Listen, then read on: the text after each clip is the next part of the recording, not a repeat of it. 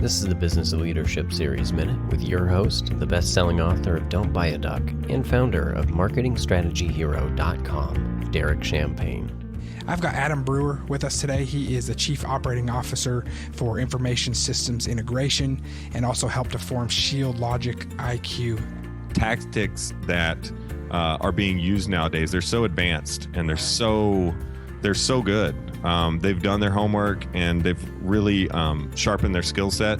So I think you can never be too cautious. I mean, you hear that a lot. It's a little cliche, but this is definitely a situation where, trusting something and not taking that extra second could wind up costing you really, really big time.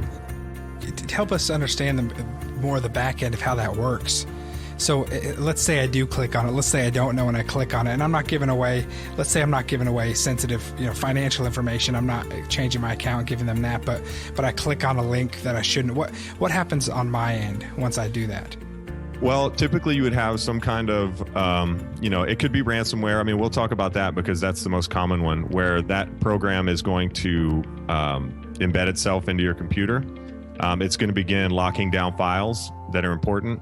It has instructions built into it, but when you click on that link, what it does is it activates that, it brings that ransomware onto your resource that you're working on, whether it be a laptop or desktop or whatever. And then it's going to phone home. It's going to call back to its command center. It's going to say, hey, I'm here. What do you want me to do now? And so then that's when it gets its command and it says, okay, based on the program, this is what I want you to do. I want you to look for these types of files and I want you to lock them down and encrypt them so that the user no longer has access to those files without paying us this certain sum. And so it'll kick up a ransom note that will tell you these files have been encrypted. If you want access to those back, then here's the price you have to pay, and we'll give you an encryption key for you to unlock those files. And when you pay it, do they unlock the file? There's a lot of back and forth on this one, whether you should pay it or not. I don't know the exact statistic on paying it or not, what the success rate is, but this is the way you have to look at that. Ransomware is a business, and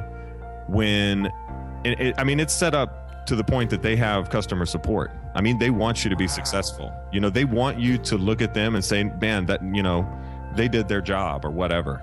But every time that you pay a ransom, you're feeding that business. So you're giving them confirmation that this is a viable business by, supporting it financially. So, that's, at the end of the day, that's the way that I look at it. Derek Champagne here. I want to connect with you if you're listening to the Business Leadership Series. We can connect on LinkedIn or send me a message at derek@derekchampagne.com. I look forward to connecting.